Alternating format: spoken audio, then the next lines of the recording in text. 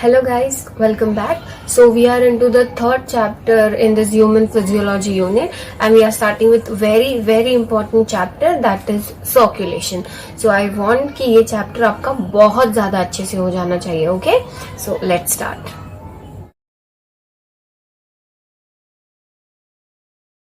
Okay, let's start. First question. Lymph differs from blood in. Okay, so ये lymph क्या है? Lymph is basically a yellowish fluid. जो हमारा blood है ना, blood में से अगर हम RBCs निकाल दें, उसके बाद जो fluid बचा हुआ है, that fluid is known as lymph. जैसे हमारा blood flow होता है circulatory system के थ्रू, वैसे ही lymph जो है वो flow होता है lymphatic system के through. Okay, so the correct option for this is absence of RBC. Okay. Next is lymph is modified blood that contain. I just told you blood क्या है? Blood में normally we have all blood corpuscles, but lymph जो है it doesn't has RBC. So lymph is a modified blood that contains all components of blood but not RBC and other few proteins. So our correct option is D. Okay. Next is in blood. Okay blood में definitely RBC का number सबसे ज्यादा होता है. NCERT में they have given you all normal ranges of WBC, RBC and other cells. So I want please वो normal range को आप रेफर कर लो. तो definitely in this question RBC number are always more than the WBC number. Okay, and ये जो normal range है ये वुमेन्स, मेंस एंड चिल्ड्रंस में डेफिनेटली डिफर करता है. Okay, next question. Which one engulfs pathogen rapidly? Okay, we know we have different types of WBC. 5 type है. Neutrophils, basophils, acidophils, monocytes and lymphocytes. Okay, and all these 5 different types of WBCs have different functions. Please remember पूरे WBC में से neutrophils का number सबसे ज्यादा होता है.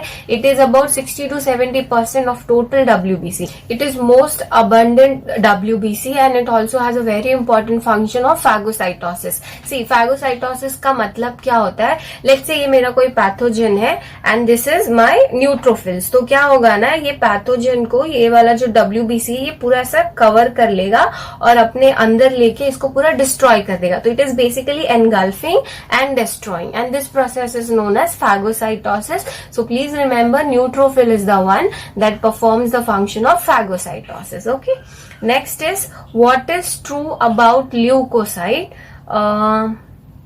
Option D, this can squeeze out through the capillaries walls. अब क्या होता है ना, ये जो हमारा कैपिलरीज होता है, blood capillaries, it is porous. Porous का मतलब है उसके अंदर छोटे छोटे पोर्स होते हैं. Pores I mean a small holes, जिसके थ्रू WBCs है ना बाहर स्क्वीज आउट हो जाते हैं. And this squeezing process from the walls of capillaries is known as diapedesis. Okay, so the correct option for this is D. Next is, which of the following is considered as soldiers of the body? We know this. The soldiers of our body is WBCs because they perform a very important task. अगर कोई बाहर से pathogen आ गया, micro organisms आ गया, तो ये जो WBCs है ये उनको बाहर निकाल देते हैं. अभी हमने एक का फंक्शन भी देखा न्यूट्रोफिल्स का, right. And also lymphocyte has a very important role in immunity. Immune system में लिम्फोसाइट काफी ज्यादा इंपॉर्टेंट रोल प्ले करता है. Antibody mediated immunity, cell mediated immunity to actually run by this lymphocyte only. So that is why lymphocyte हमारा जो है वो बहुत important role play करता है हमारा immunity में. If I talk overall, तो WBC has a very important role in total defense mechanism of our body. That is why they are known as soldiers of the body. So answer for this is WBC. Next is, which of the following is responsible for ABO grouping? Okay, see अभी है ना हमें blood grouping के बहुत सारे questions मिलेंगे. So what I'll do, मैं आपको total blood grouping है ना अभी समझा देती हूँ. तो please invest your 5 minutes watching this video. I'll explain you all total things about this blood system and everything. And I'll really make sure कि तुमको इसके बाद कभी doubt नहीं आएगा इस चीज में. Okay, so we are doing it. Okay, so we are starting with ABO blood grouping. Okay, अगर हमारी बात की जाए तो हमारे में total type of blood groups कितने हैं? A blood group, A B blood group, B blood group, O blood group, right? तो we have 4 different phenotypically different blood groups, right? So क्या होता है ना, let's say अगर मैं A blood group हूँ, if you refer the chart given on the screen, अगर मेरा blood group A है, मेरा जो RBC का सरफेस है ना, RBC के सरफेस के ऊपर A एंटीजन लगा होगा, तो मेरे RBC के सरफेस के ऊपर जो एंटीजन लगा होता है वो मेरा ब्लड ग्रुप होता है। So my blood group is A. So the surface of my RBCs would have A antigen. अगर मेरा ब्लड ग्रुप बी होता तो मेरे आरबीसी के सरफेस पे होगा बी एंटीजन। अगर मेरा ब्लड ग्रुप ए बी है तो मेरे आरबीसी के सरफेस पे ए एंटीजन भी होगा, बी एंटीजन भी होगा। अगर मेरा ब्लड ग्रुप ओ है, O basically denotes 0, which means that there is no antigen on the surface of RBC.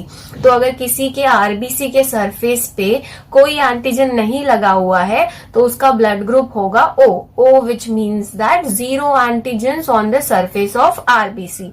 So if I have A blood group, A antigen on the surface of my RBC. Okay, so see, अगर मेरे RBC के surface पे A antigen है तो मेरा जो blood plasma है, okay, blood plasma क्या है? आपका जो ब्लड है, अगर आप उसमें से ब्लड कॉर्पसेल्स निकाल दो, ब्लड सेल्स निकाल दो, तो अभी जो लिक्विड पार्ट बचा हुआ है वो प्लाज्मा है, राइट? तो अगर मेरे आरबीसी के सरफेस पे ए एंटीजन है तो उसका ऑपोजिट एंटीबॉडी मेरे प्लाज्मा में होगा। तो my blood group is a, तो मेरे प्लाज्मा में एंटीबॉडी कौन सा होगा? बी। ऐसा क्यों? बिकॉज अगर मेरे प्लाज्मा में ए एंटीबॉडी होता तो वो मेरे ए एंटीजन को ही मार देता। अगर सेम एंटीजन एंटीबॉडी होगा ना तो एंटीबॉडी एंटीजन को रिकॉग्नाइज करेगा और वो उसको मार देगा। तो if the person has a antigen on the surface of RBC तो प्लाज्मा में होगा बी एंटीबॉडी, रिमेंबर। वैसे ही अगर मेरे आरबीसी के सरफेस पे बी एंटीजन है तो मेरे प्लाज्मा में उसका ऑपोजिट एंटीबॉडी होगा, दैट इज ए। अगर मेरे आरबीसी के सरफेस पे ए एंटीजन भी है और बी एंटीजन भी है तो प्लाज्मा में कौन सा एंटीबॉडी होगा? कोई भी एंटीबॉडी नहीं होगा। अगर ए होगा तो ए वाले को मार देगा, बी होगा तो बी वाले को मार देगा। तो if the person is A B blood group तो उसके आरबीसी के सरफेस पे ए एंटीजन भी है और बी एंटीजन भी है, दैट इज वाई उसका प्लाज्मा हैज नो एंटीबॉडी। अब ओ ब्लड ग्रुप वालों के जो सरफेस है आरबीसी का, उसके ऊपर तो कोई एंटीजन नहीं है, तो उनका जो प्लाज्मा है उनके अंदर दोनों एंटीबॉडीज होंगे, ए एंटीबॉडी भी है और बी एंटीबॉडी भी। ओके, तो remember, if my blood group is a, I will have B antibodies in my plasma. If my blood group is B, on the surface of RBC, B antigen and A antibody in my plasma. If अगर मैं blood group AB हूँ तो मेरे surface of RBC पे होगा AB antigen और plasma में होगा B antibody. If I am O blood group, I'll have no antigen but A and B antibodies in my plasma. Okay, so ये चीज हो गई है। ड्यूरिंग ब्लड ट्रांसफ्यूजन, मतलब जब ब्लड जो है एक ऑर्गेनिज्म से दूसरी ऑर्गेनिज्म के बॉडी में जाता है तो ब्लड कंपैटिबिलिटी और blood matching is very important. Why it is important, I will tell you. See, let's say if I am blood group A और मैं जिसको ब्लड ग्रुप देना चाहती हूँ वो ब्लड ग्रुप बी है। Okay, if I am blood group A, I will have A antigen on the surface of my RBC and B antibodies in my plasma. Also remember, my antibodies has nothing to do with someone else, मतलब मेरी antibody मेरे body में काम करेगी, दूसरे की body में जाके उसको कुछ मतलब है नहीं। It is basically the antigen. Okay, so I was blood group ए, मेरे सरफेस पे कौन सा एंटीजन था? ए एंटीजन था। और मुझे जिसको ब्लड देना है वो पर्सन बी ब्लड ग्रुप है, मतलब उसके सरफेस पे बी एंटीजन है एंड उसके प्लाज्मा में ए एंटीबॉडीज है। ओके, तो मैं being A blood group, if I donate my blood to B blood group person, तो क्या होगा ना, जब मेरा ब्लड बी वाले के बॉडी में जाएगा तो बी वाला जो ब्लड ग्रुप है उसके पास रिमेंबर ए एंटीबॉडीज है और मेरे आरबीसी के सरफेस पे कौन सा है, ए एंटीजन है। तो जब मेरे से उस ऑर्गेनिज्म के अंदर ब्लड जाएगा तो उसका ए एंटीबॉडी मेरा जो ब्लड गया है उसके बॉडी में उसके ए एंटीजन के साथ बाइंड कर लेगा और एंटीबॉडी एंटीजन इंटरैक्शन हो जाएगा। This antigen antibody interaction of this blood cells are known as agglutination reaction. Okay, so यहाँ पे है ना एंटीजन एंटीबॉडी एक दूसरे को रेकॉग्नाइज करेगा। If it is similar they will bind and they will show antibody antigen interaction. तो that is why ये blood matching and blood compatibility is very important. So you need to remember universal donor कौन है, O blood group is known as universal donor। अब O blood group वाले को universal donor क्यों बोलते हैं, because if you remember they have no antigen। तो अगर O blood group वाले किसी को भी ब्लड देंगे तो उनकी बॉडी कोई एंटीजन डिटेक्ट ही नहीं कर पाएगी O blood group वालों में, राइट। तो अगर उसका एंटीबॉडी, उसके बॉडी का एंटीबॉडी अगर कोई एंटीजन नहीं डिटेक्ट कर पाएगा तो there is no antigen antibody interaction.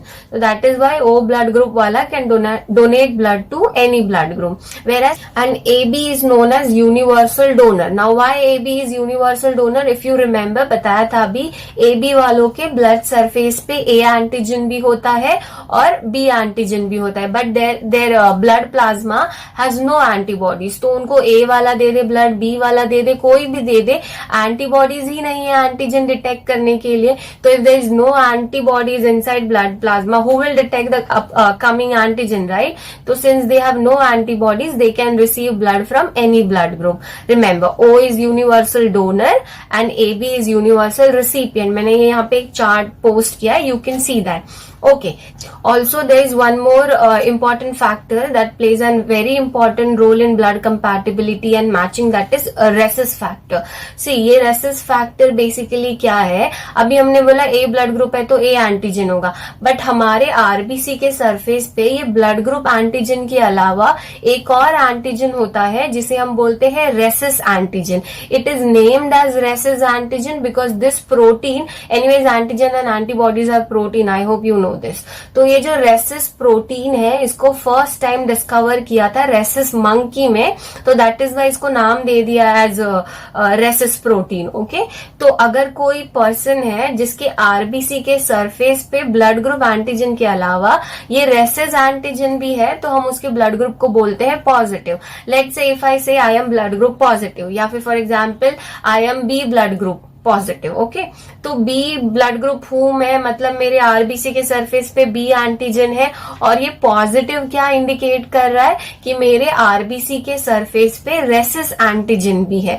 तो जब ब्लड ग्रुप का ये डोनेशन किया जाता है या जब ब्लड ग्रुप ट्रांसफर करते हैं ना, तो ब्लड ग्रुप मैचिंग करने के अलावा ये rhesus फैक्टर भी बहुत इंपॉर्टेंट है। तो पॉजिटिव वाला पॉजिटिव को देता है, नेगेटिव वाला नेगेटिव को देता है। Please remember this. Okay, question कर लेते हैं।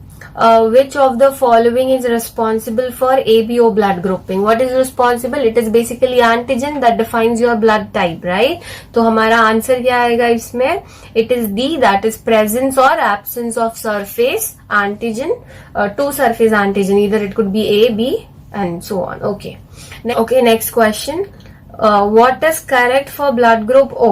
We know this कि blood group O है तो they have no antigen on the surface of their RBCs, but they'll have both A and B antibodies. So the correct option over here is A.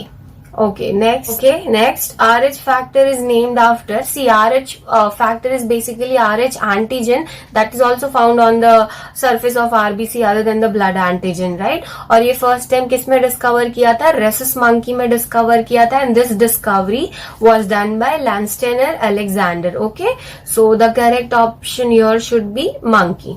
Okay, next is when the blood of fetus is agglutinated by its mother's RH antibody, then which of the following condition arises as severe anemia? Okay, ये इसमें एक concept है that I'll first explain you. It is erythroblastosis fetalis. Erythroblastosis fetalis is basically incompatibility of blood between mother and fetus। See क्या होता है ना, let's say कोई couple है जिसमें जो female है she is blood group negative, मतलब she do not have RH protein in her blood, और जो फादर है या जो मैन है वो ब्लड ग्रुप पॉजिटिव है, मतलब उसके पास RH प्रोटीन है, तो इनका पॉसिबिलिटी है इनका जो बेबी आएगा वो RH पॉजिटिव भी हो सकता है, RH नेगेटिव भी हो गया।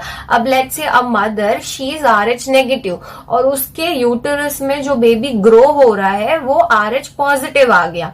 अब वी नो जो प्लासेंटा है उससे अम्बिलिकल कॉर्ड जुड़ा हुआ है बेबी से, तो ये अम्बिलिकल कॉर्ड के थ्रू मदर न्यूट्रिशन गैसेस सारी चीजों का सप्लाई करती है और बेबी अपना सारा वेस्ट पार्टिकल्स एंड एवरीथिंग जो है अपनी मदर को भी ट्रांसपोर्ट करता है, राइट। तो चीजों का एक्सचेंज हो रहा है, डेफिनेटली ब्लड नहीं मिक्स होता है बट चीजों का एक्सचेंज हो रहा है। Antigen, antibody and certain other micro things exchange definitely होते हैं। तो जो बेबी है वो RH पॉजिटिव है, मदर RH नेगेटिव है, तो मदर जो है मदर के बॉडी में ये बेबी का RH एंटीजन ट्रेवल करेगा और मदर की बॉडी ये एंटीजन को डिटेक्ट कर लेगी। एंटीजन क्या है? Antigen is something that triggers our immune system, और हमारी इम्यूनिटी जब ट्रिगर हो जाती है तो वो तुरंत एंटीबॉडी बनाना चालू कर देती है, बिकॉज बाहर की चीजों जो अंदर आई है बाहर की चीजें उसे हमें भगाना है, राइट। तो बेबी वॉज RH पॉजिटिव, तो ये RH एंटीजन जो है ट्रैवल कर रहा था अम्बिलिकल कॉर्ड के थ्रू और वो मदर की बॉडी में आ गया। तो मदर का बॉडी वो एंटीजन को डिटेक्ट करेगा और उसके अगेंस्ट एंटीबॉडी बनाएगा, दैट इज रेसिस एंटीबॉडी। सी हालांकि फर्स्ट प्रेगनेंसी में कुछ खास प्रॉब्लम नहीं होता है, ये जो बेबी है उसको सर्टेन एनेमिक कंडीशन आ जाएगा, मतलब उसके अंदर ऑक्सीजन की अवेलेबिलिटी कम हो जाएगी, because obviously antigen antibody interaction हो रहा है तो आरबीसीज का डिस्ट्रक्शन होगा। But first pregnancy has as such no concern with this. Let's say second time भी जो बेबी आया वो भी RH पॉजिटिव, अब मदर ने ऑलरेडी RH एंटीजन को डिटेक्ट कर लिया था और उसके अगेंस्ट एंटीबॉडीज बना लिए थे। तो अगर सेकेंड बेबी जो आया और वो भी RH पॉजिटिव हुआ तो मदर तुरंत अपना जो RH एंटीबॉडी है उसको ट्रैवल कराएगी अम्बिलिकल कॉर्ड के थ्रू और जो बेबी ग्रो हो रहा है उसके बॉडी में अग्लूटिनेशन रिएक्शन हो जाएगा, मतलब मदर का एंटीबॉडी जो बेबी का आरबीसी के सरफेस पे RH एंटीजन है उसके साथ कंबाइन करेगा and there is agglutination reaction and generally second pregnancy जो है उसमें अबॉर्शन हो जाता है। But luckily due to modern medical techniques and everything such things could be prevented, but definitely it is a thing to be understood. Okay, so let's start with the question. तो हमारे question में क्या पूछा था उन्होंने? When the blood of a fetus is agglutinated by its mother RH antibodies, then which of the following arises as severe anemia? तो it is basically erythroblastosis fetalis. Okay, ectopic pregnancy में क्या होता है? नॉर्मली जो embryo जो है, embryo का implantation normally किस में होता है? एंडोमेट्रियम में होता है। तो अगर इम्प्रॉपर इम्प्लांटेशन हो जाता है जिसमें जो एम्ब्रियो है वो यूटेरस में इम्प्लांट होने के बजाय जो फैलोपियन ट्यूब है उसी में इम्प्लांटेशन हो जाता है तो वहीं बेबी ग्रो होने लग जाता है, राइट। तो that is ectopic pregnancy and ectopic pregnancy is definitely dangerous, either baby और mother, in fact both could be harmed. Okay, next is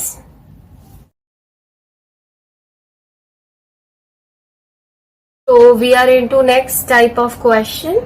First is mark the incorrect statement regarding normal ECG. अच्छा, तो ये ECG के बारे में है। So before starting with the question, मैं पहले आप लोगों को ECG explain कर लेती हूँ, okay? Because फिर आगे questions आएंगे तो उसमें हमें help होगा। तो we will first understand ECG, okay? Okay, we are starting with ECG. See, ये जो ECG है ना, इसमें दो terms involve होते हैं। एक है electro cardiogram and the other is electrocardiograph. सी, अभी आपने देखा होगा जो ECG है वो एक ग्राफिकल पेपर पे हमें है ना वेव्स के फॉर्म में कुछ दिखाया होता है, राइट। तो वो जो ग्राफिकल पेपर पे वो वेव्स के फॉर्म में दिखाया वो बेसिकली क्या है? It is representation of electrical activity on the walls of heart. तो जो इलेक्ट्रिकल एक्टिविटी हमारे हार्ट वॉल्स पे चल रही है ना, उसी चीज को पेपर के फॉर्म में रिप्रेजेंट करके बताया है। और वो जो ग्राफिकल फॉर्म और या फिर the graphical representation of electrical activity on the surface of wall of heart हो रहा है ना, that is known as electrocardiogram.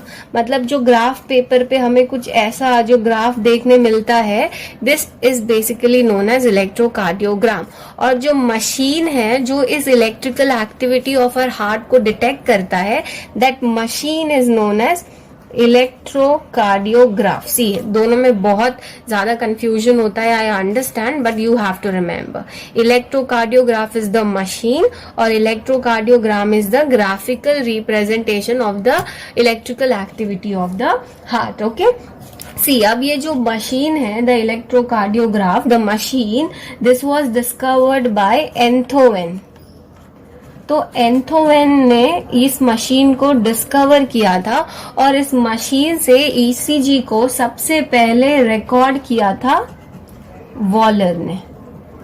तो machine was discovered by Einthoven and Waller was the one जिसने इस मशीन से पहला ग्राफिकल एक्टिविटी ऑफ हार्ट को रिकॉर्ड किया था। ओके, सी अभी हम समझ लेते हैं ये ECG and all this thing ये काम कैसे करता है। तो इलेक्ट्रिकल एक्टिविटी के लिए जो हार्ट में इम्पल्स निकलता है वो इम्पल्स जनरेट होता है फ्रॉम एसए नोड, राइट। तो SA node is the region जहां से वो इलेक्ट्रिकल इम्पल्स जनरेट होता है और फिर वो इलेक्ट्रिकल इम्पल्स जो है ट्रैवल करता है through the walls of the heart, right. So जो इलेक्ट्रिकल इम्पल्स एसए नोड ने जनरेट किया, I will say that as impulse. Okay, तो क्या है, देखो अभी ये हार्ट का है ना, ये मेम्ब्रेन है। Let's say this is the membrane, this is outer membrane and this is अंदर का हिस्सा।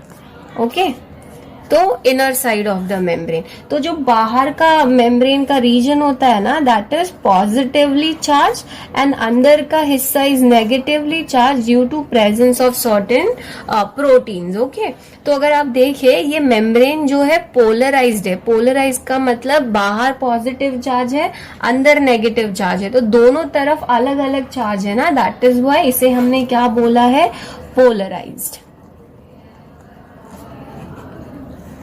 ओके, या फिर मैं इसे बोल देती हूँ, ये नॉर्मल स्टेट दिखाया है मैंने, नॉर्मल स्टेट जहां पे कोई स्टिमुलस नहीं आया है, नॉर्मल, या फिर I can say relaxed state.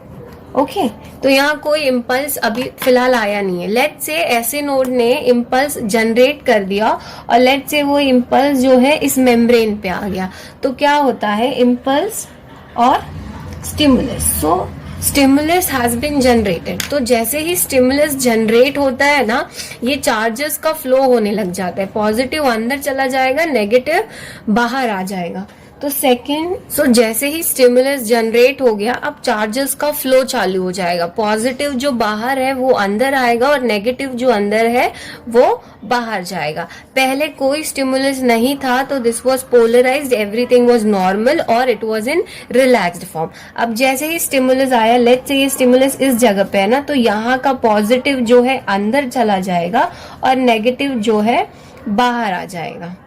So you'll see something like this. If you see this state, यहाँ पे चार्ज जो है पहले के मुकाबले रिवर्स हो गया ना, तो that is why it is known as depolarization. ये हालांकि अभी भी चार्ज डिफरेंस है, that is all correct, but पहले के मुकाबले चार्ज रिवर्स हो गया है ना, because यहाँ पे स्टिमुलस आया था तो चार्ज अंदर बाहर हो गया, that is why this condition is known as depolarization. अब ये स्टिमुलस क्या करेगा, अब ये स्टिमुलस यहाँ से यहां पर मूव करेगा, तो अब इधर का नेगेटिव बाहर जाएगा और इधर का पॉजिटिव अंदर आएगा, तो you will see something like this. अब यहां से स्टिमुलस इधर ट्रैवल कर लिया है ना, तो यहाँ पे सब कुछ नॉर्मल हो जाएगा जैसे पहले था, और यहां से स्टिमुलस यहां ट्रैवल कर लिया तो ये नेगेटिव हो जाएगा, अब ये पॉजिटिव हो जाएगा। इफ यू सी, ये पहले जैसा था चार्ज अभी वैसा ही हो गया, so now this is known as repolarization. Okay, remember depolarization is also known as reversal of charge. तो जैसे जैसे ये स्टिमुलस मूव करेगा ना वैसे वैसे चार्ज का रिवर्सिबल होगा। लेट्स से अभी ये स्टिमुलस यहाँ से जाके आपका यहाँ मूव कर लिया, तो ये चीज फिर से नॉर्मल हो जाएगी और ये फिर से क्या हो जाएगा, डीपोलराइज। तो पोलराइज, डीपोलराइज, रीपोलराइज, ये चीजें ऐसी चलती रहेंगी जिसके वजह से हमारा स्टिमुलस आगे फ्लो होता रहेगा। ओके, सो नेक्स्ट अभी हम ग्राफिकल रिप्रेजेंटेशन को अंडरस्टैंड कर लेते हैं। Also remember, repolarization is back to normal charge. Okay? See, ECG का जो ग्राफ है उसको हम कैसे रिप्रेजेंट करते हैं, ये बेसलाइन होता है। Okay, and the first wave which we see is P wave. फिर उसके बाद जो दूसरा लंबा पीक वाला वेव होता है that is PQR, and then finally it is T wave. तो P wave, Q, R, S and T waves. Okay, see अब आपको है ना जनरली एग्जाम में क्वेश्चंस आएंगे कि P वेव क्या रिप्रेजेंट करता है, Q वेव क्या रिप्रेजेंट करता है। So we will see this. Okay, see अब ये जो P वेव है, दिस पॉइंट, ये P वेव क्या रिप्रेजेंट करता है,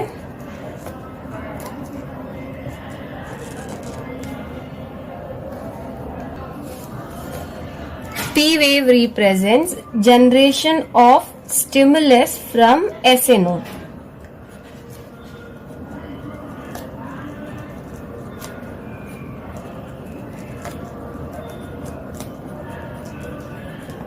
ओके, अगर आपको याद हो जो हार्ट है, we know our heart is 4 chambered. Okay, सो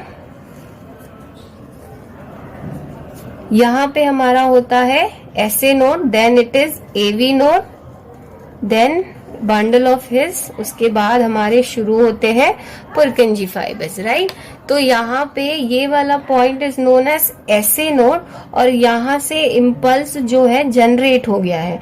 तो ये P वेव क्या सिग्निफाई करता है, P wave signifies generation of stimulus from SA node. Okay, उसके बाद यहाँ से लेके यहाँ तक ये Q तक का point is known as PQ interval. So ये PQ इंटरवल क्या सिग्निफाई करता है,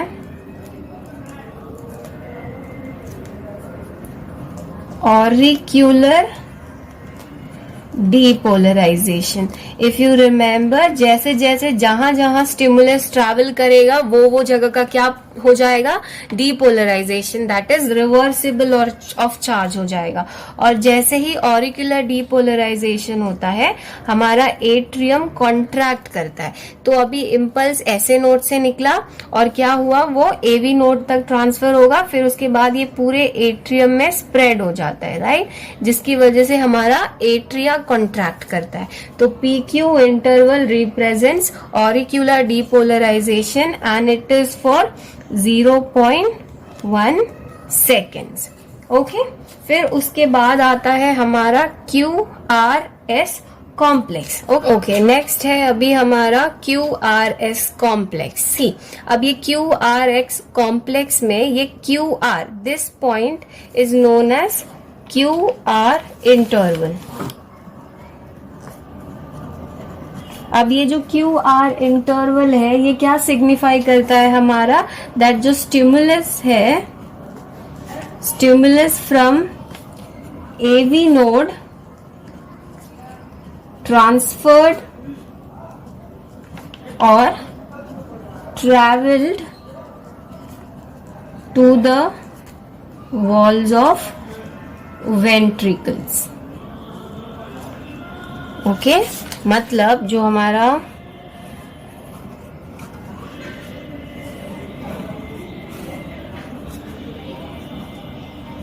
अब तक हमने क्या देखा था, इम्पल्स SA नोड से निकल के AV नोड तक पहुंचा और सारा एट्रिया कॉन्ट्रैक्ट किया, राइट। अब ये जो इम्पल्स है इसमें लगे होते फाइबर्स जिसको हम बोलते हैं बंडल ऑफ हिस और पुरकिंजी फाइबर।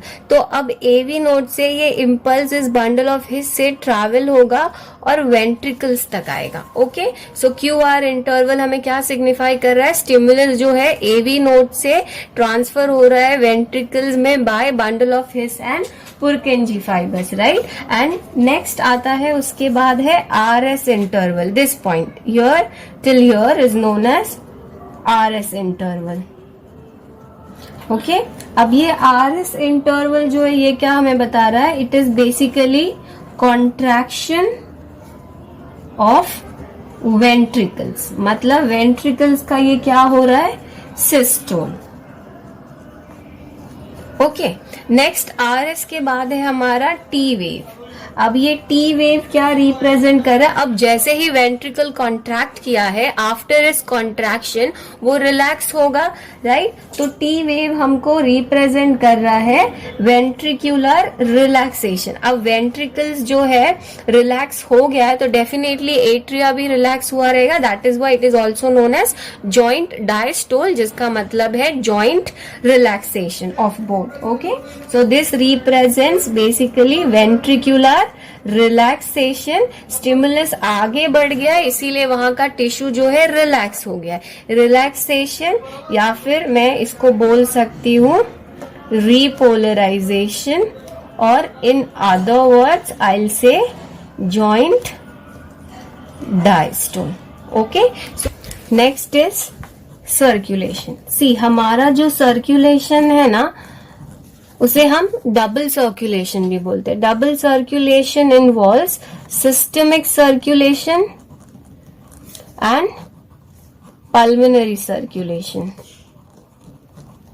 सिस्टमिक सर्कुलेशन में क्या होता है? ब्लड जो है आपका हार्ट से different parts of the body तक पहुंचता है। एंड पल्मोनरी सर्कुलेशन में ब्लड जो है लंग्स और हार्ट के बीच का जो काम चल रहा है, that involves pulmonary circulation. Okay, so अभी हम diagrammatic way में I'll explain you all conductions and everything. So see, human heart is 4 chamber, this thing we know, right?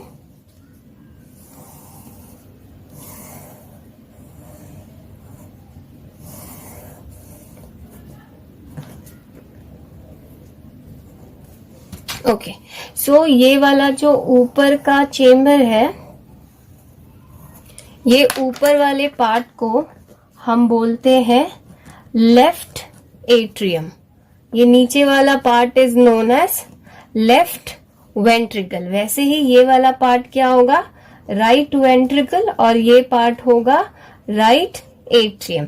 अगर आप ये तीन ऐसे कर्व शेप स्ट्रक्चर देख रहे हो, इसे बोलते हैं valves. This is known as tricuspid valve, और ट्राइकास्पिड वाल्व जो है अटैच्ड है कॉर्डे टेंडिने से। तो जब कॉर्डे टेंडिने कॉन्ट्रैक्ट होता है ना, तो ये ट्राइकास्पिड वाल्व खुलता है और ब्लड यहां से यहां फ्लो करता है। This is known as bicuspid valve. इसका दूसरा नाम है जो बहुत फेमस है, जिसे बोलते हैं mitral valve. So mitral valve is basically bicuspid valve, और हमारा राइट एट्रियम और वेंट्रिकल के बीच में जो वाल्व है that is tricuspid valve. Okay, फिर यहां होता है SA node, then it is AV node, इसके अंदर से जाता है bundle of hairs, and then finally Purkinje fibres, right? इधर ऊपर अटैच्ड है superior vena cava and inferior vena cava. यहाँ पे आएगा हमारा pulmonary veins. Okay, that is connected to lungs. See, ये वाला part is superior vena cava, this part is inferior vena cava, right? अभी next जो है यहां से हमारा निकलता है एओटा, जो different parts of the body तक हमारा ऑक्सीजनेटेड ब्लड जाके पहुंचाता है। फिर यहां से निकलेगा पल्मोनरी आर्टरी, और ये कहाँ जाके खुलता है? लंग्स में। इसके अंदर होते हैं सेमी ल्यूनार वाल्व्स। ओके, सो सी, अभी हम कंडक्शन देख लेते हैं। और बिफोर डूइंग दिस, पहले मैं आपको कार्डियक साइकिल एक्सप्लेन कर देती हूँ। सी, कार्डियक साइकिल क्या है? Cardiac cycle is the total activity of heart that involves diastole and systole. Systole का मतलब है कॉन्ट्रैक्शन, जिसमें एट्रिया भी कॉन्ट्रैक्ट करेगा और वेंट्रिकल भी कॉन्ट्रैक्ट करेगा। डायस्टोल में एट्रिया भी रिलैक्स होता है और वेंट्रिकल भी रिलैक्स होता है, राइट। तो जो एट्रियल कॉन्ट्रैक्शन है ना वो चलता है 0.1 सेकेंड्स के लिए। वेंट्रिकुलर सिस्टोल जो है वो चलता है 0.3 सेकेंड्स के लिए। सो ये टोटल इज 0.4 सेकेंड्स। ये जो डायस्टोल है, जिसे हम जॉइंट डायस्टोल भी बोल सकते हैं, this is for total 0.4 second और ये टोटल कार्डियक साइकिल चलता है 0.8 सेकेंड्स के लिए। अब जो हमारा वेंट्रिकल है ना, each ventricle pumps about 70 ml of blood, right. तो 70 ml ऑफ ब्लड को एक कार्डियक साइकिल में पंप किया जाता है हमारे, जिसे this 70 ml of blood which is pumped by each ventricle in each cardiac cycle is known as stroke volume. और एक मिनट में नॉर्मली हमारी हार्ट बीट कितनी होती है? 72 बीट्स पर मिनट। तो स्ट्रोक वॉल्यूम इंटू 72 जो हमें मिलेगा total value is known as cardiac output. So basically 5 litre of blood जो है हमारा पर मिनट जो है हमारा हार्ट पंप कर देता है। ओके, चलो नेक्स्ट अभी कंडक्शन ऑफ ब्लड्स देख लेते हैं। सी, ये राइट एट्रियम जो है, राइट एट्रियम में होता है डीऑक्सीजनेटेड ब्लड, और ये डीऑक्सीजनेटेड ब्लड जो है सुपीरियर और इंफीरियर वेना केवा से आया है। और हमारा लेफ्ट एट्रियम में होता है ऑक्सीजनेटेड ब्लड, जो कि आया है फ्रॉम पल्मोनरी वेन्स, और ये पल्मोनरी वेन्स जुड़ा हुआ है लंग से। सी, क्या होता है ना, जब एट्रिया कॉन्ट्रैक्ट करता है, और ये कॉन्ट्रैक्शन का इम्पल्स कहाँ से आया है? दिस कॉन्ट्रैक्शन का impulse is from SA node. SA node से एवी नोड में जाता है और पूरा एट्रियम में फैलता है, जिसकी वजह से एट्रिया कॉन्ट्रैक्ट करता है। तो ड्यू टू एट्रियल कॉन्ट्रैक्शन, जब ये एट्रिया कॉन्ट्रैक्ट होता है, let's say if I am talking about right atrium, तो जब इधर का कॉन्ट्रैक्ट हुआ ना, तो फोर्सफुली ये ट्राइकस्पिड वाल्व खुल जाता है। Now deoxygenated blood enters into left ventricle from right atrium, और यहाँ पे क्या होगा? Oxygenated blood enters into left ventricle from left atrium via bicuspid valve. Okay, तो जैसे ही अब ब्लड, लेट से मेरा राइट वेंट्रिकल में डीऑक्सीजनेटेड ब्लड आ चुका है और लेफ्ट वेंट्रिकल में मेरा ऑक्सीजनेटेड ब्लड आया है। ओके, अभी नेक्स्ट क्या होगा? एट्रिया कॉन्ट्रैक्ट कर लिया, अब वो रिलैक्स करेगा। अब नेक्स्ट सेशन में क्या होगा? अब वेंट्रिकल कॉन्ट्रैक्ट करेगा। एंड रिमेंबर, वेंट्रिकल का कॉन्ट्रैक्शन काफी विगरस होता है, because it has to transfer blood to the different parts of the body via aorta, right. तो सी, जब वेंट्रिकल कॉन्ट्रैक्ट करता है ना, when I talk about right ventricle, तो ये जो डीऑक्सीजनेटेड ब्लड है वो एंटर करता है इनटू पल्मोनरी आर्टरी, और पल्मोनरी आर्टरी जो है ये डीऑक्सीजनेटेड ब्लड को लेके जाता है लंग्स के पास for oxygenation. And left ventricle में अभी है हमारा ऑक्सीजनेटेड ब्लड। जब वेंट्रिकल कॉन्ट्रैक्ट करता है, ये ऑक्सीजनेटेड ब्लड एंटर करता है into systemic aorta and it is transferred to the different parts of the body. Okay, so ये ऐसे पूरा मैकेनिज्म चलता है। अब ये हमने कॉन्ट्रैक्शन की बात की, एट्रियम और वेंट्रिकल की, दोनों का रिलैक्सेशन एक साथ होता है, जिसे हम बोलते हैं जॉइंट डायस्टोल। तो ड्यूरिंग एट्रियल रिलैक्सेशन क्या होता है? डीऑक्सीजनेटेड ब्लड जो है एंटर करता है into right atrium by superior and inferior vena केवा, और यहाँ पे क्या हो रहा है? आपका ब्लड एंटर कर रहा है। कैसा ब्लड है ये आपका ऑक्सीजनेटेड ब्लड है जो लंग्स से आया है, will enter into left atrium. Remember, atrial contraction में क्या होगा? ब्लड एट्रिया से वेंट्रिकल में जाएगा, और रिलैक्सेशन में क्या होता है? सुपीरियर और इंफीरियर वेना केवा से डीऑक्सीजनेटेड ब्लड जो है राइट एट्रियम में एंटर करता है from the different parts of the body. फिर जैसे ही ऑक्सीजनेटेड एंड डीऑक्सीजनेटेड ब्लड आ गया, फिर से सेम चीज, एट्रिया कॉन्ट्रैक्ट करेगा, ब्लड यहां से यहां फ्लो होगा, एंड देन वेंट्रिकल से to the different parts of the body and lungs. Okay, okay, so हम क्वेश्चन देख लेते हैं अभी. Mark the incorrect statement regarding ECG. So patient is connected to 3 electrical leads. या करेक्ट है. सो यहाँ पे हमें इनकरेक्ट स्टेटमेंट ढूंढना है, राइट. तो यहाँ पे देखो आपका लिखा हुआ है T wave represents atrial repolarization. It is wrong. T wave represent करता है वेंट्रिकुलर रिपोलराइजेशन, मतलब वेंट्रिकुलर रिलैक्सेशन को वो रिप्रेजेंट कर रहा है. सो हमारा ऑप्शन यहाँ पे है B. Next question. Given below are 4 statements regarding human circulatory system. अभी हमें above statement में से ढूंढना है करेक्ट स्टेटमेंट कौन सा. Okay. Arteries are thick walled and have narrow lumen as compared to veins. Yes, it is correct. Angina is acute chest pain when blood circulation. No. See, angina pectoris क्या है, यहाँ पे जब heart को है ना उतना सफिशिएंटली ऑक्सीजन नहीं सप्लाई होता है तो we feel a mild pain in the chest, जो हॉरिजॉन्टल लेटने के बाद वो जनरली चला जाता है. तो angina pectoris is basically a sign जहाँ पे आपके हार्ट वॉल्स या हार्ट मसल्स को सफिशिएंट ऑक्सीजन का सप्लाई नहीं हो रहा है. तो this is wrong. Person with blood group A B can donate blood. No, it is O blood group that can donate blood to anybody, right? Next, calcium ion plays a very important role. Yes, definitely they have a very important role for the formation of clotting factors. So आपका correct option 1 है and 4 है, ऐसा option हमारे पास A है. Okay, next is what is true about RBCs in human? They carry about 20 to 25% of CO2. They transport. Yes, option A is correct. हमारे body में 97% of oxygen को transport करता है हमारा RBC, that is basically haemoglobin. 20 to 25% CO2 का transportation हमारा haemoglobin करता है. मेजर अमाउंट में CO2 का ट्रांसपोर्टेशन जो है बाइकार्बोनेट्स करते हैं. तो 20 to 25% CO2 is definitely carried out by RBC. So A is correct. And also remember हमारा 3% ऑफ ऑक्सीजन डिसॉल्व होता है ब्लड प्लाज्मा में. Rest 97% is carried out by haemoglobin as oxy haemoglobin complex. Okay, question. Find out the incorrect statement from the following. Veins are typically larger in diameter than arteries. Yes, definitely.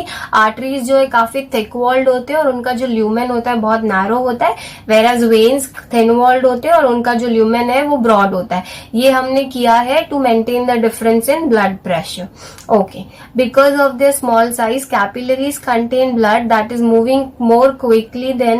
See, this statement doesn't make any sense. Capillaries क्या है? Capillaries are the tiny blood vessels, right. एक तरफ वो when से connected होता है, मतलब capillaries इधर फॉर्म करेगा venules, then veins, then capillaries इधर, and one side they have arterioles and then arteries. तो it basically forms a capillary plexus. So ये गलत है. सो हमारा incorrect statement is B. Next is which of the following statement is correct regarding blood pressure? Okay, so यहाँ पे हमारा correct option C है. It is very theory based question. It is 120/80 mmHg is the normal blood pressure. ये blood pressure को कैसे measure किया जाता है? जो flow of blood है ना, arteries के जो wall है उस पे कुछ pressure exert करते हैं और उसी pressure को measure कर लिया जाता है. And BP is measured by systolic pressure over diastolic pressure. And in normal individual it is 120/80 mmHg, where 120 represents systolic pressure, 80 represents diastolic pressure. Okay, next is cardiac output. Cardiac output क्या है? हमने cardiac cycle में ये देखा था. Cardiac cycle involves systole and diastole. ठीक है, तो ये एक जो हार्ट बीट होता है ना, उस एक हार्ट बीट को हम बोलते हैं कार्डियक साइकिल. तो वेंट्रिकल जो है ना, उसमें एक कार्डियक साइकिल में 70 ईच वेंट्रिकल जो है it pump 70 ml of blood, और हमारा एक मिनट में टोटल हार्ट बीट कितना होता है? 72.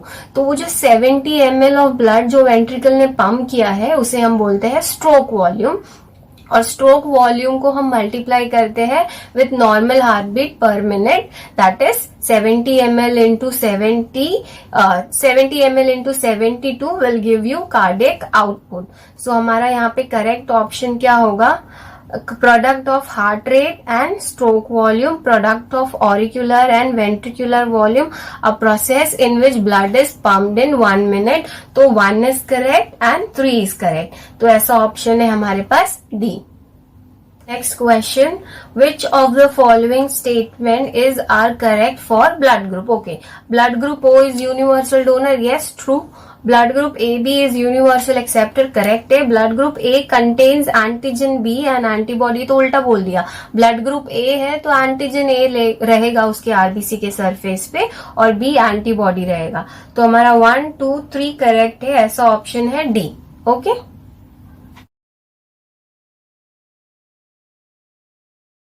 Next is assertion and reason type questions. चलो first question is SAN. SAN stands for sino-auricular node. जो SA node है ना जो हमारा impulse generate कर रहा था, right? That is the one. So sino-auricular node is called pacemaker of heart. Absolutely इसको pacemaker of heart इसलिए बोलते हैं because यही है जो heart में impulse generate करता है जिसके थ्रू हमारे जो heart walls है वो contract and relax होते हैं. That is why it is known as pacemaker because this is the one that initiates heartbeat. Heartbeat includes systole and diastole both, right? Okay. Reason, the sun can generate maximum number of action potential and it is responsible for initiating and maintaining rhythmic contractile activity of heart. Yes, absolutely. Assertion भी correct है, reason भी correct है और ये उसका correct explanation भी है. तो this should be A. Oh. Next question. Lub is a heart sound which produced during each cardiac cycle. It is associated with closure of tri. Okay, see, heart sounds जो है दो इसमें categorize है as lub and dub. Lub signifies beginning of systole. मतलब systole शुरू होने वाला है during which bicuspid and tricuspid valves are closed. And जो dub sound है that marks the beginning of diastole and end of systole. तो यहाँ पे reason भी करेक्ट है, असर्शन भी करेक्ट है, बट करेक्ट रीजन नहीं है वो असर्शन का. तो यहाँ पे correct option should be B, that is assertion and reason both are true but reason is not the correct explanation for assertion. Okay. Next is saline water is not given to the patients with hypertension. Hypertension का मतलब है high BP. Normal blood pressure कितना है हमारा 120 to 80 mmHg. अगर ये normal range से अगर बीपी जो है डिविएट हो रहा है और बहुत ज्यादा ही बीपी है तो हाई बीपी कंडीशन को हम बोलते हैं हाइपरटेंशन. ओके. और ऐसा पर्सन जो हाइपरटेंशन से गुजर रहा है हम उसको सलाइन वाटर नहीं देते हैं बिकॉज सलाइन वाटर में होता है NaCl and NaCl has a bad effect. NaCl blood pressure को और ज्यादा इंक्रीज कर देता है. ओके. सो ब्लड प्रेशर किधर गया. Saline water can cause vomiting and may no reason is wrong. Okay. Reason correct नहीं है, असर्शन ट्रू है. तो हमारा करेक्ट ऑप्शन क्या आएगा. Assertion is true but reason is false, that is C. Next question. Blood pressure is atrial blood pressure. Reason given is blood pressure is measured by sphygmomanometer. Okay, blood pressure क्या है. Blood pressure is the pressure exerted on the walls of the arteries by the blood, right? उसी pressure को हम measure करते हैं and we say that as blood pressure. And definitely blood pressure को sphygmomanometer से ही measure किया जाता है. But reason नहीं है उसका correct explanation. But definitely दोनों statement individually correct है. तो हमारा ऑप्शन क्या होगा B. assertion and reason is true but reason is not the correct explanation for assertion. Okay. Next is WBCs accumulate at the site of wounds by diapedesis.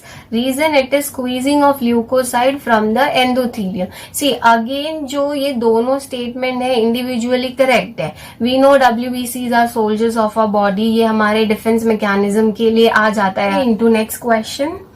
Prothrombinase enzyme acts as antiheparin. Okay, it is true. Prothrombinase enzyme है जो prevent करता है blood clotting को. ये prothrombinase क्या करता है. Conversion of prothrombin to thrombin prevent कर देता है. Okay, जैसे ही prothrombin thrombin में convert हो जाता है तो ऐसे plastering का काम चालू हो जाता है. Basically clotting शुरू हो जाता है. तो prothrombinase जो enzyme है वो prothrombin को thrombin में convert ही नहीं कर रहा है. तो there is no clotting, right? तो prothrombinase acts as antiheparin by preventing conversion of prothrombin to thrombin. Reason क्या दिया है उन लोगों ने? Heparin prevents coagulation of blood into the blood vessels. Yes correct है. जो हमारा ब्लड वेसल्स है जिसके अंदर से ब्लड फ्लो होता है तो उसके अंदर खून जम ना जाए, बेसिकली क्लॉट ना हो जाए, इसीलिए हमारे ब्लड वेसल्स के अंदर हेपारिन रखा होता है जो एक्ट करता है as a anticoagulant. Okay, and this heparin is also used in open heart surgeries. Okay, so ये रीजन करेक्ट नहीं है बट इंडिविजुअली दोनों स्टेटमेंट्स डेफिनेटली करेक्ट है. सो हमारा option is B, assertion and reason both are true but reason is not the correct explanation for the assertion.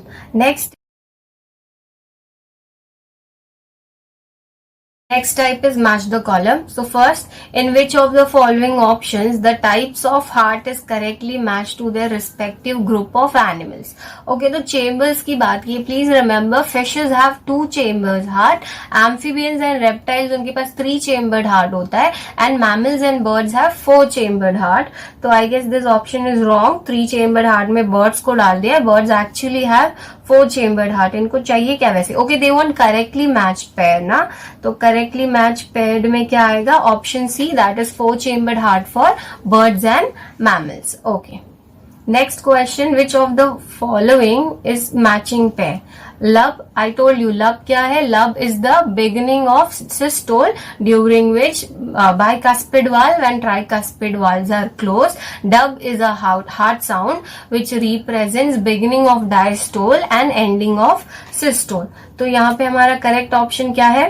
तो correct option यहाँ पर हमारा है A, lub, a sharp closure of AV valves at the beginning of ventricular systole. तो A is correct. Okay, next is, in a standard ECG, which of the following alphabet is the correct representation of the respective activity of the human heart? तो यहाँ हमारा correct option क्या है? जो P wave है वो represent कर रहा है depolarisation of atria. Yes, definitely depolarisation का मतलब क्या है? अब इम्पल्स जो है एट्रियम में ट्रांसफर हुआ है और एट्रिया कॉन्ट्रैक्ट करेगा. तो ये डेफिनेटली करेक्ट है. Next question, match the following description with the given column 1 and 2. तो कॉलम 1 आपका है ब्लड सेल्स और कॉलम 2 है डिस्क्रिप्शन. तो आपको करेक्ट पेयर बताना है. Erythrocytes basically RBCs. तो आरबीसीज क्या है हमारा? Blood cells that contains haemoglobin and transports oxygen. तो ए का करेक्ट पेयर इज 4. ठीक है, next B is eosinophil. It is a type of WBC और इसका काम क्या है? It definitely resist infection and associated with allergic reaction. Correct है ये. जब भी एलर्जी होती है ना तो इओसिनोफिल का नंबर बढ़ जाता है. Next C is lymphocytes. It is a specialized antibody producing cell. I told you it is associated with our immune system. D का क्या होगा? 1 most abundant white blood cell and इसका मेन काम है phagocytosis. Basophils क्या है? least abundant, almost नहीं के बराबर होता है ये. तो हमारा करेक्ट पेयर इसमें है A. Next question, which of the following term of column 1 is correctly matched with this function? तो कोई एक सही है. चलो let's see first. Plasma, a straw color fluid that consists of suspended blood cells. Yes, correct है. अगर आप अपने ब्लड में से सारे ब्लड कॉर्पसेल्स को निकाल दो, मतलब सारे ब्लड सेल्स को निकाल दो, तो जो फ्लूइड बचा हुआ है that fluid is known as plasma. तो ऑप्शन A in this. चलो next is, match the correct area of heart with the structure column 2 with from which it receives blood. Okay, right atrium, right ventricle, left atrium, left ventricle. Right atrium में blood कहाँ से आता है? Superior and inferior vena केवा से. तो right atrium दिया है तो क्या आएगा हमारा? Vena cava. मतलब ए का it is 2. If I do option elimination, I have my correct option, that is A. Let us match first. Right ventricle को blood कहाँ से मिलता है? Definitely right atrium से आता है, right? आपका tricuspid valve खुल जाता है और deoxygenated blood from right atrium enters into right ventricle. Next is left atrium. Left atrium receive करता है blood from pulmonary veins. Oxygenated blood lungs के through, हमारा pulmonary veins के through हमारे left atrium में आता है. Okay. Next is left ventricle receives blood from left atrium itself. So our correct option is A. Next is Match the column 1 with column 2 and choose the correct answer from the given option. Okay, cardiac cycle क्या है? Cardiac cycle represents one heartbeat that includes systole and diastole. Systole चलता है 0.4, diastole चलता है for 0.4 seconds. Systole includes atrial systole and ventricular systole. Atrial systole is for 0.1, ventricular systole is for 0.4. Okay, so हमारा cardiac cycle का correct option is 3, that is 0.8 second. If I apply option elimination, मेरा A और D cut रहा है, तो I am left with B and C. चलो और देख लेते करेक्ट क्या है. Plasma. So plasma is basically 55% of the total blood. Okay, तो बी का 5 है, तो मेरे पास करेक्ट ऑप्शन आ गया है बी. आगे देखते C. Systole over diastolic pressure is known as blood pressure, that is 120 to 80 mmHg in normal individual. Hemoglobin, it is 12 to 6 gram in every 100 ml of blood. Correct है. Heartbeat 72 beats per minute, तो it is basically option B.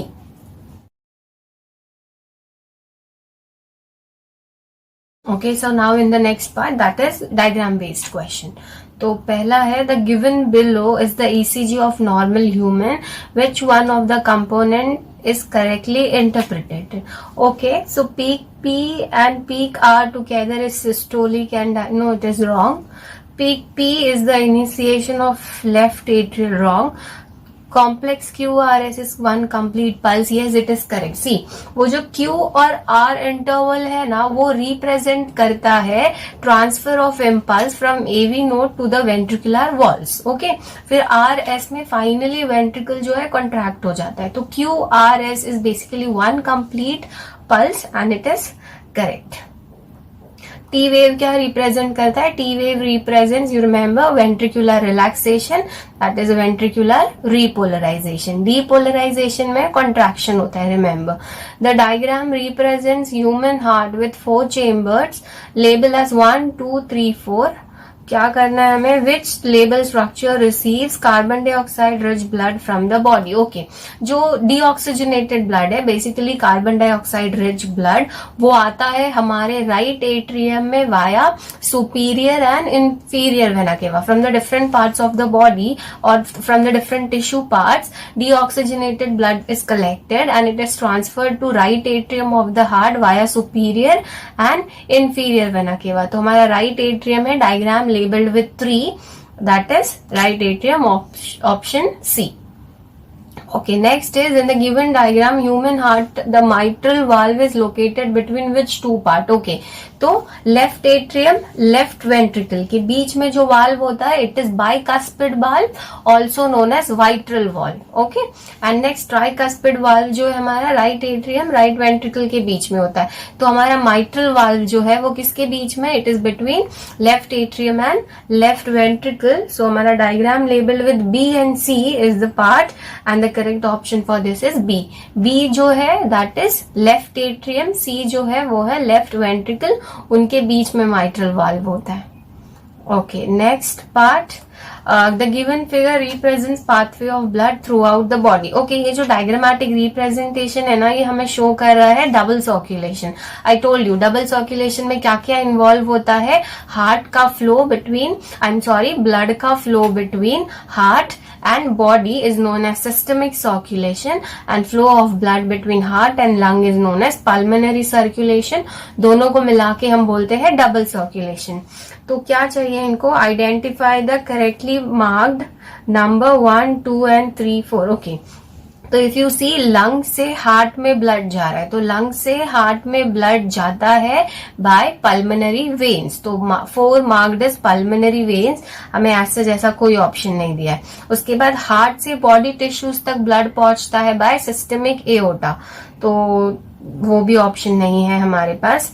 Okay, next है body tissues से blood पहुंच रहा है heart में by superior and inferior vena केवा, वो भी नहीं दिया है. थर्ड जो है हार्ट से लंग्स में जा रहा है blood for oxygenation, that is pulmonary artery. So option C is correct. See, remember all arteries carries oxygenated blood except pulmonary artery. All veins carry deoxygenated blood except pulmonary vein. Please remember this. Okay, next is the given figure represents diagrammatic representation of ECG.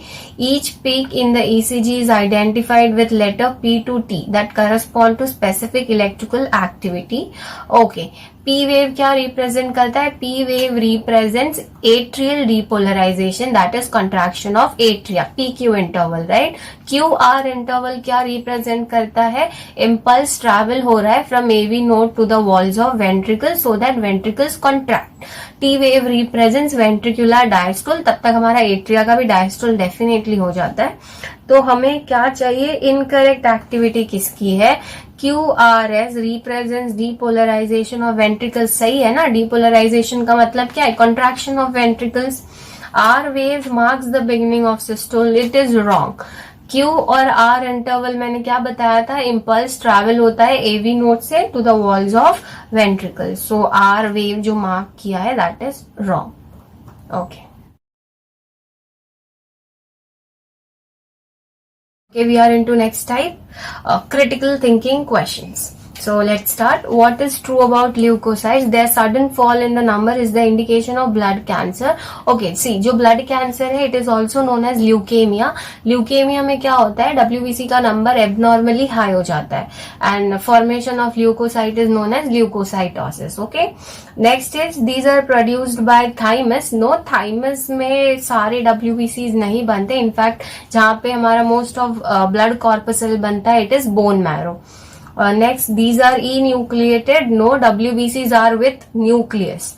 They can squeeze out through the blood capillaries walls definitely. और इस process को क्या बोलते हैं? Diapedesis. So the correct option is D.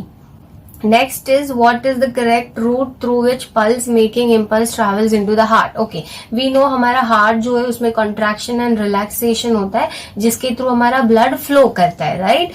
So जो ये impulse है heart में ये कौन generate कर रहा है? SA node generate कर रहा है. This electrical impulse is generated by SA node. That is why SA node is known as pacemaker of heart. तो ये electrical impulse SA node generate करेगा, transfer करेगा AV node में और पूरा एट्रिया कॉन्ट्रैक्ट होगा. फिर एवी नोड से bundle of His Purkinje fibre and then finally ventricle contract. तो हमें रूट देखना है. First is SA node, then it is AV node, bundle of his Purkinje fiber. तो correct option is A.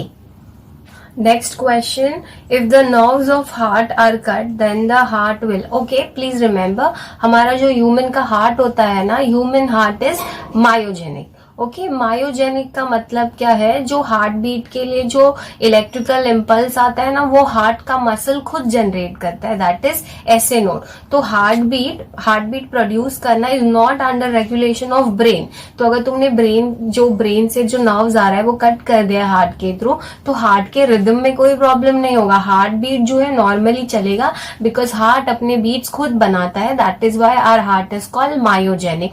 But also remember, even though heart अपना heart beat बना रहा है but कितने मिनट्स में कितना बीट बनना है या फिर जो normal range of heart beat है या एबनॉर्मल और whatever the condition is, the number of beats वो कंट्रोल ब्रेन भले करता है but formation of heart beat वो हार्ट अपना खुद करता है. तो even if you cut the nerves the heart will still beat rhythmically. That is systole diastole systole diastole, ऐसे करेक्ट ऑर्डर में वो अपना चलता रहेगा. इसका reason was heart is myogenic. So the correct option for this is A. Next is which one of the following will be cardiac output in liters per minute of a heart that has stroke volume. अच्छा ठीक है, सी cardiac output क्या है? Stroke volume into total heart beat per minute, right? अभी बताया था मैंने आपको थोड़ी देर पहले, हमारा total heart beat per minute कितना होता है? 72 बीट्स पर मिनट, राइट? और स्ट्रोक वॉल्यूम क्या है? Stroke volume is the volume of blood pumped by each ventricle, that is generally 70 ml. तो ये 70 को आपको मल्टीप्लाई करना है इनटू जितना भी बीट्स उन्होंने दिया है, 90 बीट्स पर मिनट दिया है, राइट? तो they have given you stroke volume as 0.07 litres. तो 0.07 लीटर्स इंटू 90 मिनट्स कर लो, आपको आपका आंसर आ जाएगा and the option will be D, that is 6.3 beats, I mean 6.3 liters per minute will be your this cardiac output for this question. Okay, Okay, next question. The blood returning to the heart through pulmonary vein. Okay, pulmonary vein जो है oxygenated blood लेके आता है from lung, और lung से pulmonary vein के through उस oxygenated blood को हम पंप करते हैं इनटू लेफ्ट एट्रियम, राइट। तो यहाँ पे जो आपका पल्मोनरी वेन है will have more oxygenated blood, मतलब it has more content of oxygen in it, so the option is C. Next is first heart sound, that is lub. Lub क्या है? Lub is a sound of heart that is associated with beginning of systole, and during this क्या होता है, bicuspid and tricuspid valve जो है बंद हो जाता है। तो ये जो लब साउंड है ये हमारा कोइंसाइड करता है विद द आर वेव, जहां पे इम्पल्स जो है एवी नोड से हमारे वेंट्रिकुलर वॉल में जा रहा है for its contraction. So the correct option here is a. Next question, what happens when the pacemaker becomes non-functional? Basically they are talking about sino-auricular node, SA node के बारे में ये लोग बात कर रहे हैं। तो अगर हमारा SA node फंक्शन नहीं कर रहा है तो इम्पल्स कहाँ से जनरेट होगा? अगर SA node इम्पल्स नहीं जनरेट कर रहा है प्रॉपरली तो हार्ट फंक्शनिंग भी प्रॉपरली नहीं होगा। तो what would happen if our SA node is not working properly? Only the auricles will contract rhythmically. The cardiac muscles do not contract in coordinate manner rhythmically. Auricles and ventricles contract. So it should be option B, that is cardiac muscles do not contract in a coordinated manner rhythmically. Okay. Next is maximum amount of oxygen is lost from the blood in the capillaries. Okay, we have done the same question in respiration as well. So क्या है, maximum amount of blood का exchange जो है वो कहाँ चलता है? Tissues surround जो tissues which is surrounded by the capillaries. So the answer is capillaries surrounding the tissues. Okay. Next question, a drop of each of the following is placed separately on the four slides. Which of them will not coagulate? Okay, coagulation का मतलब क्या है? Clot formation.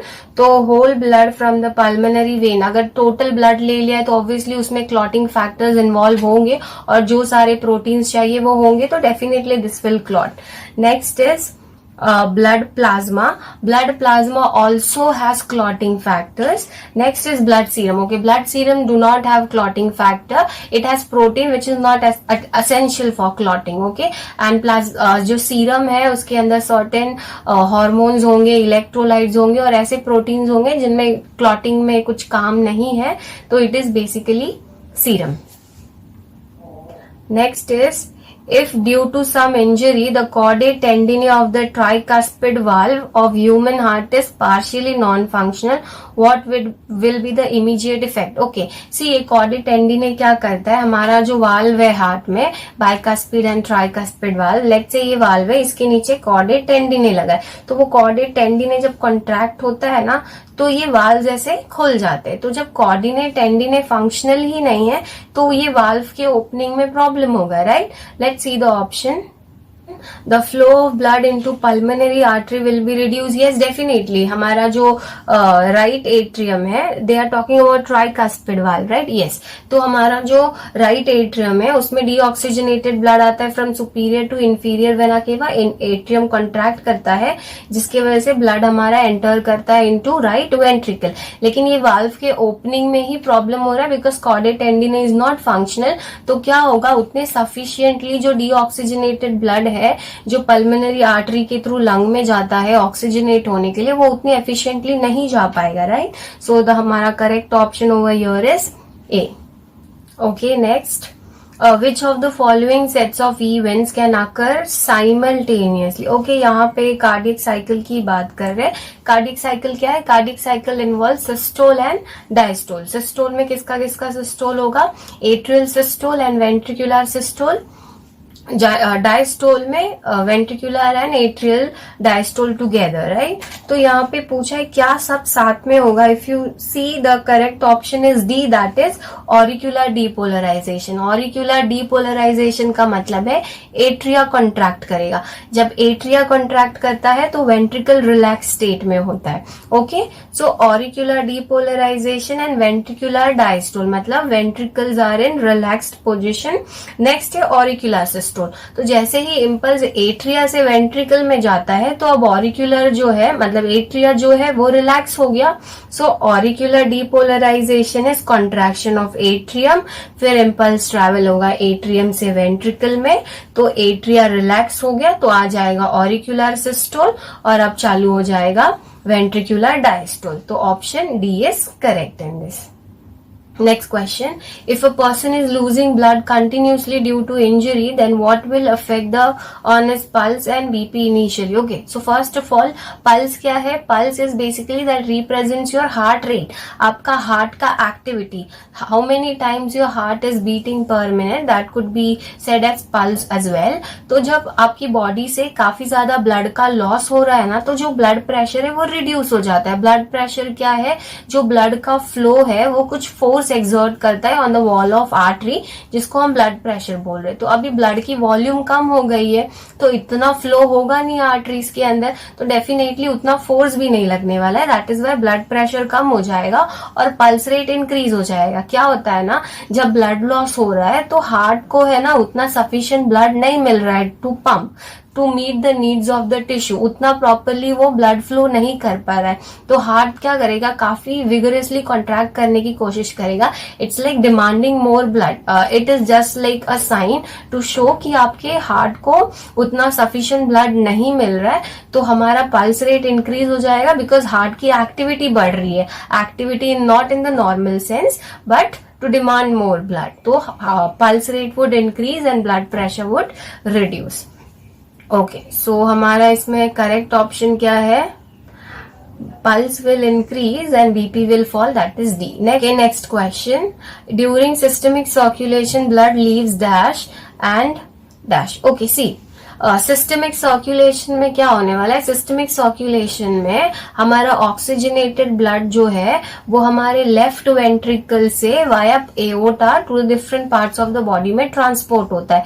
Pulmonary circulation में क्या होगा, जो हमारा deoxygenated blood है वो राइट वेंट्रिकल से एंटर करता है into pulmonary artery and then finally pulmonary artery को वो ब्लड जो पल्मोनरी आर्टरी हमारा उस ब्लड को लेके जाता है टुवर्ड्स लंग फॉर oxygenation.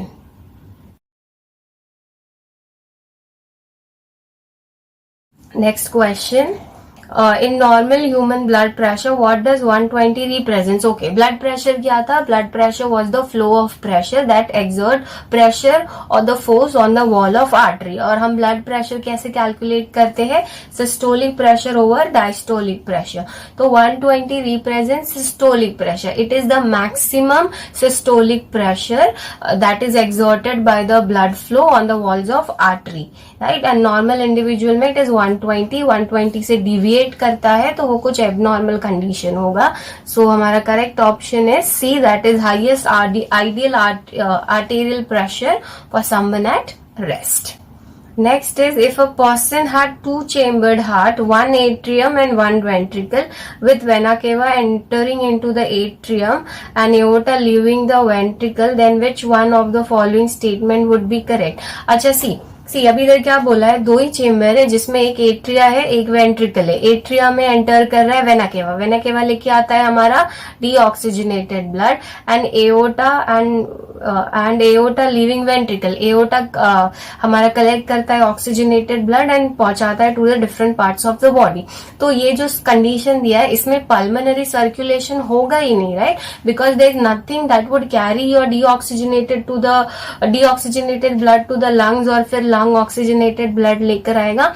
तो यहाँ पे this would totally bypass pulmonary circulation, मतलब यहाँ पे इस कंडीशन में पल्मोनरी सर्कुलेशन होगा ही नहीं।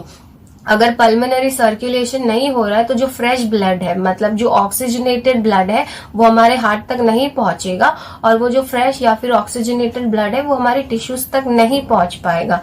सो the correct option is A, no oxygen would reach the cell. Question, sinus venosus is present in which of the following? Okay, so it is present in fishes, reptiles and amphibians. Birds and mammals में they have proper 4-chambered heart, so the correct option should be fishes, reptiles and amphibians, that is 1, 2, 3. तो ऐसा option है हमारे पास C. This was very direct, nothing a big deal in this. Next is Mother fetus RH blood type incompatibility disorder can occur if the mother, अच्छा अभी मैंने बताया था आपको ये थोड़ी देर पहले, राइट? एरिथ्रोब्लास्टोसिस फिटालिस का ये केस है। ये कैसे अराइज होता है? जब मदर जो है ब्लड ग्रुप नेगेटिव होती है और जो फादर है वो ब्लड ग्रुप पॉजिटिव है, तो इट इज पॉसिबल जो उनका फ्यूचर चाइल्ड आएगा वो RH पॉजिटिव होगा। तो मदर RH नेगेटिव है और जो बेबी RH पॉजिटिव है, तो there is blood incompatibility, right? Due to it second pregnancy में प्रॉब्लम होता है, एबॉर्शन हो जाता है। First pregnancy has nothing so much into concern. तो mother is RH negative and father is RH positive, so the correct option is C. Next question. When a leopard runs after you, the increase in heart rate is probably due to, okay, it is due to hypothalamus. See, hypothalamus जो it is a center. Hypothalamus is basically involved in growth. आपका chemical regulation में भी ये काम करता है और neural regulation में भी ये काम करता है. Hypothalamus जो है ना control करता है pituitary gland को. Okay, so ये hypothalamus क्या करता है? It releases two emergency hormones, that is adrenaline and non-adrenaline. Okay, अब ये एड्रेनालिन है ना इमरजेंसी सिचुएशंस में निकलता है. Emergency situations like fear, right, anxiety, stress, excitement, all emotional conditions.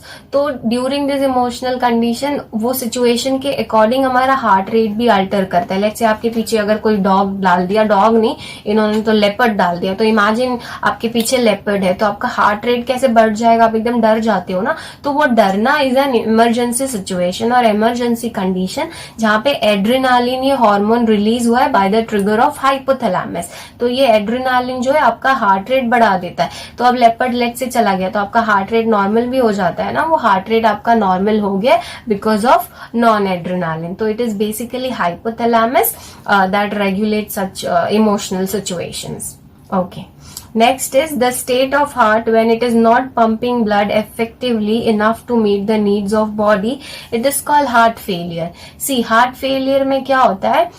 Heart को है ना उतना सफिशिएंट ब्लड नहीं मिल रहा है सो दैट वो प्रॉपरली टिश्यूज कंटिन्यूसली डिमांड करेंगे ब्लड का, ऑक्सीजनेटेड ब्लड का, राइट, बिकॉज उनको भी अपना फिजियोलॉजिकल फंक्शन करना है. तो हार्ट जो है उतने एफिशिएंटली उनको उनका नीड्स नहीं कंप्लीट कर पा रहा है. तो हार्ट काफी विगरसली कॉन्ट्रैक्ट करने लगेगा, due to which at a time the heart would stop functioning and that situation is known as heart failure. Heart failure का रीजन है previous heart attack, also known as myocardial infection, hypertension. See, remember this, heart attack and cardiac arrest are two different things. Heart attack में heart की pumping में problem होती है. Cardiac arrest में जो conduction है वो प्रॉपरली नहीं होता है. From SA node, AV node से जो हमारा इलेक्ट्रिकल इम्पल्स ट्रेवल हो रहा था ना वो प्रॉपरली नहीं होता. Okay, so the correct option for this is D. Okay students, we have done the most important chapter. See, I would want कि आप फिर से इस सारी चीजों को एक बार अच्छे से NCERT से रीड कर ले. Make sure you are doing all blood type things properly, cardiac output and ECG. ये सारी चीजों को आप अच्छे से कर लीजिए. And I have covered everything, so you guys don't need to worry. Please study and prepare for your exam. All the best.